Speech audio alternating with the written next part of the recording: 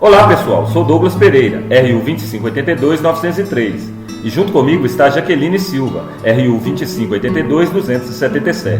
Somos alunos do curso de Licenciatura em História da Faculdade Uninter do Polo de Betim, Minas Gerais. Hoje iremos apresentar a vocês o nosso trabalho de portfólio, curso da área de Linguagens e Sociedade do módulo C, fase 2. Ele traz o tema Grandes Mulheres e seus feitos na sociedade. Queremos falar de duas grandes mulheres que influenciaram a história por onde passaram. São elas Cora Coralina, poetista e contista brasileira, e a professora Josefina Bento da Costa, grande influenciadora na história da nossa cidade de Betim. O presente trabalho tem por objetivo investigar o papel da mulher na sociedade, a forma como ela foi e continua sendo tratada historicamente, bem como a importância de inseri-la como sujeito da história, evidenciando sua trajetória e funções em diferentes tempos na sociedade. Ana Lins dos Guimarães Peixoto Bretas nasceu na cidade de Goiás dia 20 de agosto de 1989. Era filha de Francisco de Paula Lins dos Guimarães Peixotos e de Jacinta Luísa de Couto Brandão. Foi na adolescência que Ana começou a escrever e a participar de ciclos literários. Aos 14 anos, criou o pseudônimo Cora Coralina. No entanto, sua primeira obra, Poemas e Becos de Goiás e Histórias Mais, foi publicada quando ela tinha 76 anos. Durante a maior parte da sua vida foi doceira. Com 19 anos, criou o jornal de poemas femininos, A Rosa.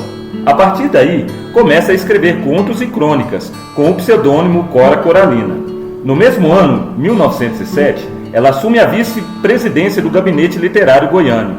Em 1910, Cora publicou o conto Tragédia na Roça. Nesse mesmo ano, conheceu o advogado Cantídio Tolentino de Figueiredo Bretas, e passaram a viver nos estados de São Paulo. Casaram-se em 1925 e com ele teve 6 filhos. Em 1932, Cora participa da Revolução Constitucionalista em São Paulo. Em 1970, ela toma posse da cadeira número 5 da Academia Feminina de Letras e Artes de Goiás. E, em 1981, recebe o troféu Jaburu através do Conselho Estadual de Cultura de Goiás. Suas principais obras são Poemas dos Becos, de Goiás, e Histórias Mais, de 1965, Meu Livro de Cordel, 1976, Vintém de Cobre, Meias Confissões de Aninha, Histórias da Casa Velha da Ponte, de 1985, entre outras. Recebeu várias premiações como homenagem pelo Senado Federal, Grande Prêmio da Crítica Literária da Associação Paulista de Críticos de Artes. Primeira escritora brasileira a receber o troféu Juca Pato, da União Brasileira de Escritores, UBE. Homenagem da Organização das Nações Unidas para a Agricultura e Alimentação como símbolo da mulher trabalhadora rural, entre outras. Faleceu em Goiânia em 10 de abril de 1985, com 95 anos. Já Josefina Bento da Costa era filha da lavandeira Raimunda Petrina da Costa e órfã de pai. Nasceu da cidade de Ouro Preto em 21 de março de 1903. De família pobre, precisou abrir mão das brincadeiras de criança para ajudar a mãe e a avó que lavavam roupas para sobreviver.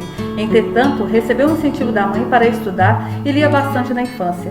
Na adolescência, trabalhou para custear seus estudos, atuante nos movimentos comunitários e era adepta à Igreja Católica.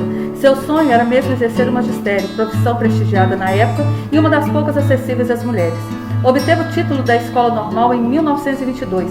Trabalhou como professora pela primeira vez aos 19 anos, quando acontecia no Brasil a revolucionária Semana da Arte Moderna. Lecionando pouco tempo em sua cidade natal, sendo designada pelo Estado para lecionar no 2º Distrito de Santa Quitéria, atual Betim, na região de Vianópolis. Josefina Bento mudou-se para o Distrito de Capela Nova de Betim em 12 de abril de 1926, junto com a sua mãe.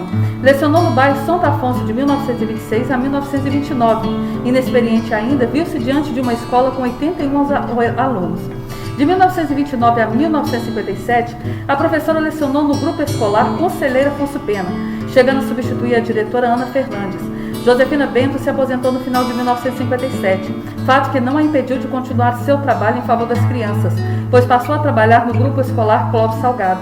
Em entrevista que deu em 1995, Josefina disse que não casou por não ter achado noivo. Permaneceu em Betim e dedicou-se aos afazeres políticos comunitários. Josefina exerceu decisiva influência na comunidade, através de uma participação operosa e permanente em obras sociais, comunitárias e, sobretudo, no que mais gostava, as religiosas. Serviu aos mais diversos setores da vida católica de Betim. ajudando no catecismo, entre outras áreas. Militante assídua do PSD, acompanhou os políticos da cidade e atuou em grupos ligados à Igreja Católica. Tornou-se aos poucos conhecida e querida por todos, fruto principalmente do seu carisma e jeito dócil, o que a tornou disputada por políticos que viam nela uma importantíssima aliada. Aliou-se politicamente aos líderes da família Braga, citando principalmente Divino Ferreira Braga. Contraiu mal de Alzheimer e diabetes e ficou 2 anos acamada antes de falecer. Faleceu aos 94 anos de idade em 28 de março de 1997. Após a morte de Cora Coralina, a casa onde viveu os últimos anos foi transformada no Museu Cora Coralina. Em 2001, a moradia na cidade de Goiás foi reconhecida pela Unesco como Patrimônio Histórico da Humanidade. Teve sua história contada pelo filme Cora Coralina. Já Josefina Bento teve a sua história lembrada pela inauguração na cidade da Casa da Cultura Josefina Bento, que ocorreu em 28 de maio de 1987, onde tem sua história relatada. Considerada uma das mais importantes cidadãs betinenses de todos os tempos, a senhora Josefina Bento foi a primeira professora da região urbana. Lecionou na cidade por 40 anos, razão pela qual a velha mestre dos betinenses por eles é homenageada. Nos aniversários da Casa da Cultura, houve o chá de memórias, onde moradores relatavam experiências que tiveram com a professora, fatos que lembravam dela. O caderno de memórias foi publicado em 2011. Em nossa cidade, a Câmara de Vereadores Betim condecora todas as mulheres que mais se destacaram na história da cidade de Betim com a medalha Josefina Bento. Foi maravilhoso contar um pouco da história dessas mulheres ligadas à arte de ensinar, através dos livros escritos ou pela história relatada dessas brilhantes professoras. Esperamos que tenham gostado e deixamos aqui o nosso forte abraço a todos.